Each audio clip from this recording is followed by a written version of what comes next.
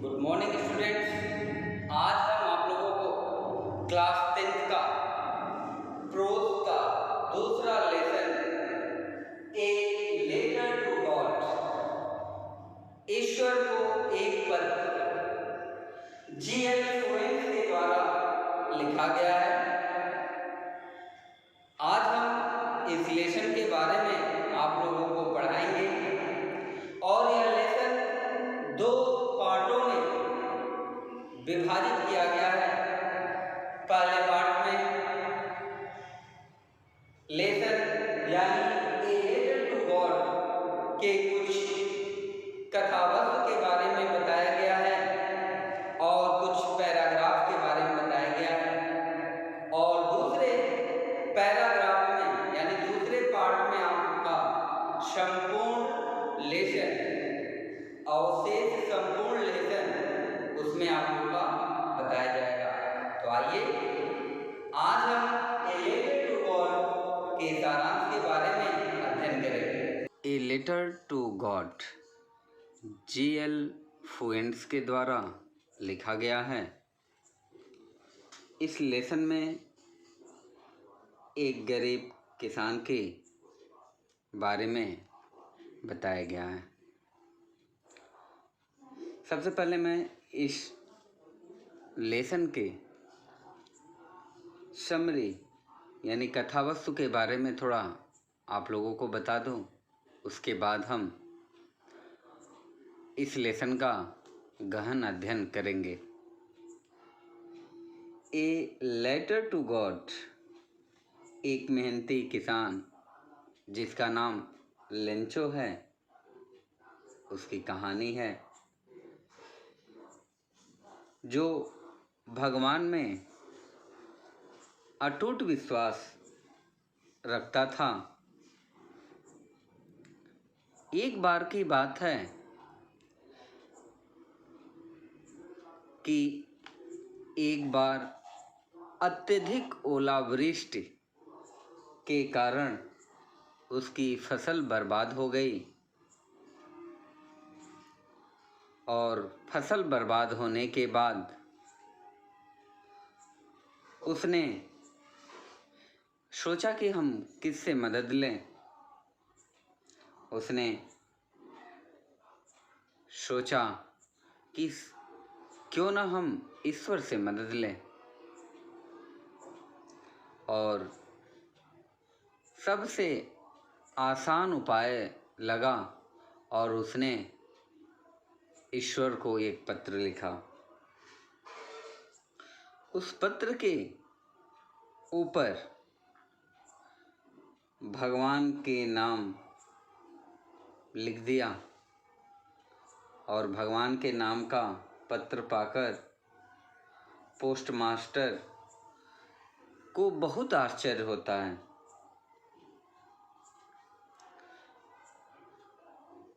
भगवान में लेंचो का विश्वास बनाए रखने के लिए वह पोस्ट मास्टर अपने कर्मचारियों से कुछ सहायता लेकर वह कुछ पैसे लेंचो को भेजने के लिए कुछ पैसे भेजकर लेंचो की मदद करता है। लेकिन जब लेंचो धन को प्राप्त करता है तो वह अत्यधिक क्रोधित हो जाता है, क्योंकि उसने ईश्वर से जो पैसे डिमांड की थी उसके अनुसार पैसे कम थे। लेंचो को उस पोस्ट ऑफिस में यानी कि डाकघर में काम करने वाले कर्मचारियों पर संशय हुआ, और लेंचो ने एक दूसरा पत्र लिखा, और उस पत्र में लेंचो ने यह भी लिखा कि भगवान जो आपने पैसे भेजे थे उस पैसों में से भी इन्होंने चुरा लिया।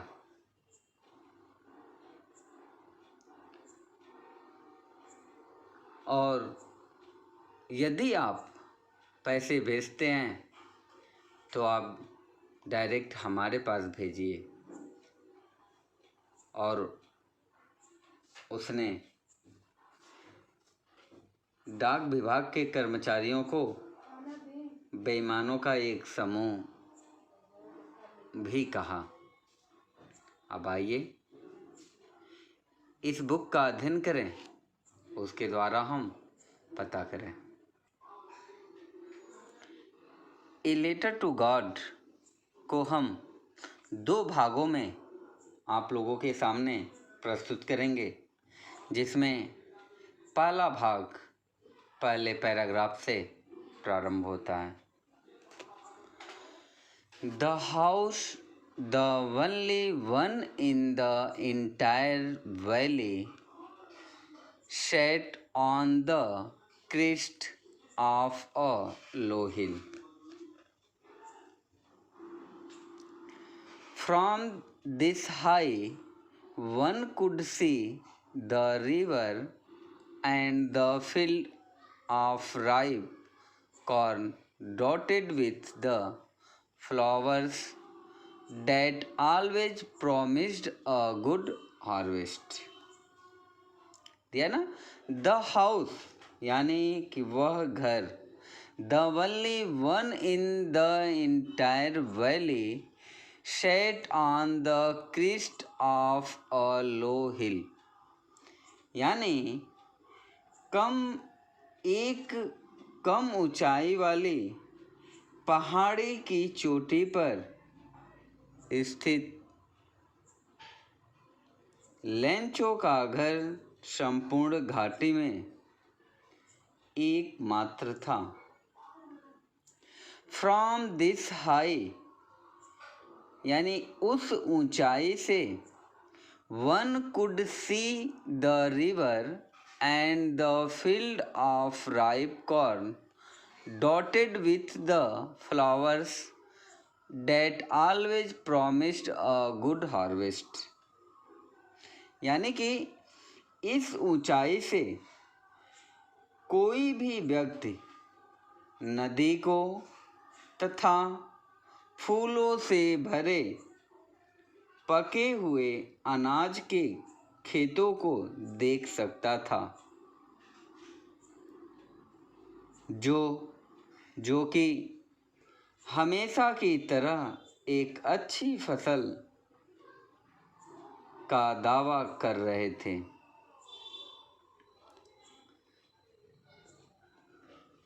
The only thing the earth needed was a downpour or at least a shower. अच्छी फसल होने के लिए धरती को भारी वर्षा की या कम से कम एक बौछार की आवश्यकता थी।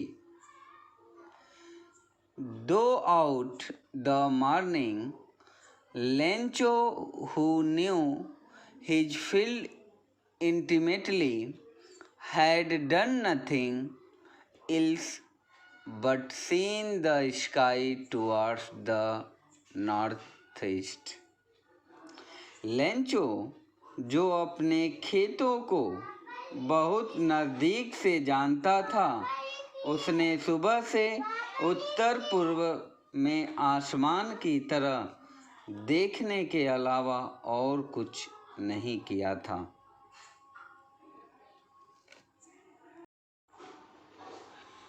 Now we are really going to get some water, Oman. The Oman who was preparing supper replied, as God willing. यहाँ पर जब भी एक पति अपने पत्नी को संबोधित करता है या बुलाता है तो उसके लिए वह अपने पत्नी को प्रिय के नाम से संबोधित करता है और लेंचो ने भी वही किया। यहाँ पे दिया है ना, now we are really going to get some water women. Women औरत यहाँ नहीं बोलेंगे, यहाँ पर अपने पत्नी को के लिए वोमेन का प्रयोग किया गया है, तो यहाँ पर हम प्रिय बोल सकते हैं। तो लेंचो कहता है, प्रिय लगता है अब वर्षा होने वाली है, या लगता है कि हम कुछ पानी प्राप्त करने वाले हैं।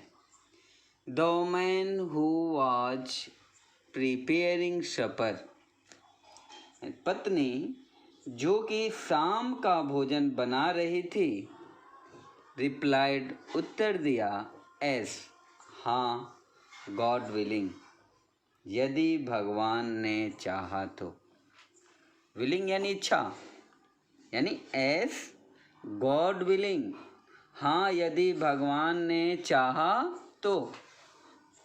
The older boys were walking in the field while the smaller ones were playing near the house until the woman called to them all, come for dinner. दिया ना, the older boys were walking in the field.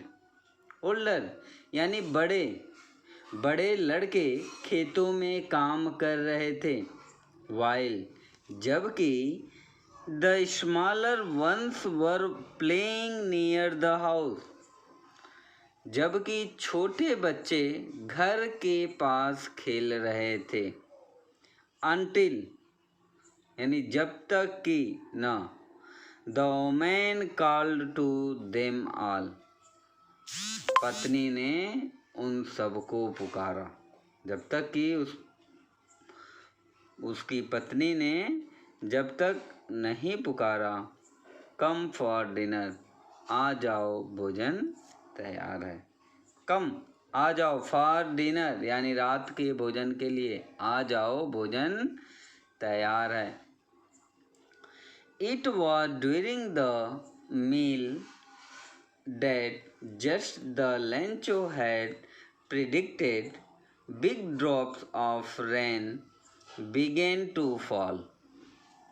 जैसा कि Lencho ने अनुमान लगाया था, predicted means होता है अनुमान लगाना, भविष्यवाणी करना।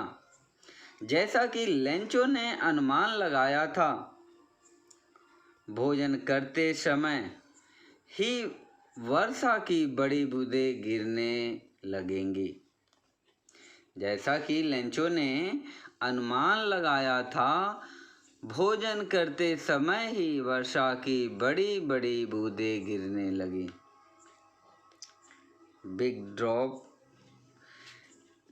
इन the north east, huge mountains of clouds could be seen approaching. उत्तर पूर्व के आसमान में बादलों के विशाल पर्वत आते दिखाई दे रहे थे।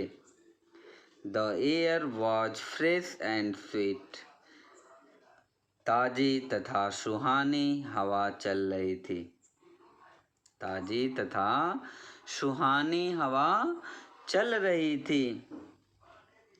The man went out for no other reason than to have the pleasure of feeling the rain on this body, and when he returned he exclaimed, you know, the man went out for no other reason. Lencho सिर्फ इस कारण से बाहर गया कि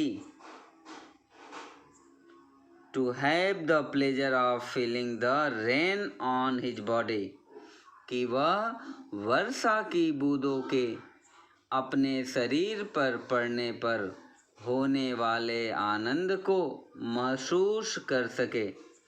and when he return, और जब वह वापस घर आया, ही एक्सक्लेम्ड, वह आश्चर्य से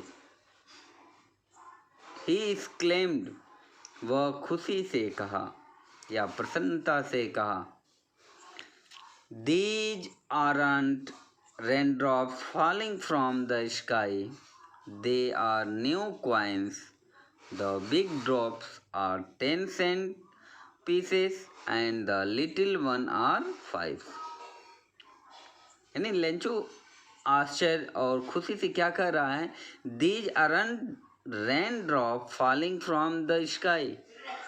ये जो आसमान से गिर रही हैं, ये जो आसमान से गिर रही हैं, वर्षा की बूंदें नहीं हैं, वर्षा की बूंदें नहीं हैं. दे आर न्यू कॉइन्स, ये नए सिक्के हैं, ये नए सिक्के हैं. The big drops are 10-cent pieces, और बड़ी बूंदें 10 सेंट के सिक्के हैं. And the little ones are 5, तथा छोटी बूंदें 5 सेंट के. With a satisfied expression, he regarded the field of ripe corn with its flowers, draped in a curtain of wreaths. संतोष के भाव के साथ उसने अपने खेतों की ओर देखा तथा उसे ऐसा लगा जैसे पके हुए अनाज से लदा खेत वर्षा की चादर में लिपटा हुआ हो. But suddenly a strong wind began to blow. लेकिन अचानक तेज हवा चलने लगी. And along with the rain, very large hailstones began to fall. और वर्षा की बूंदों के साथ ही बहुत बड़े बड़े ओले गिरने लगे. These truly did resemble new silver coins. ये ओले बिल्कुल चांदी के नए सिक्कों की तरह लग रहे थे.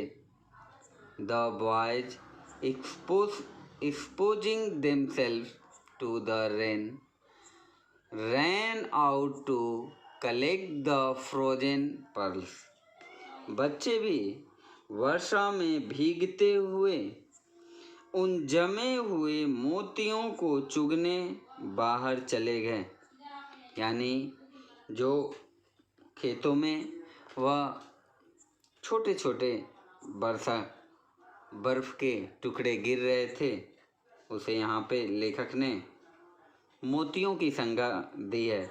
और बच्चे भी वर्षा में भीगते हुए उन जमे हुए मोतियों को चुगने बाहर चले गए.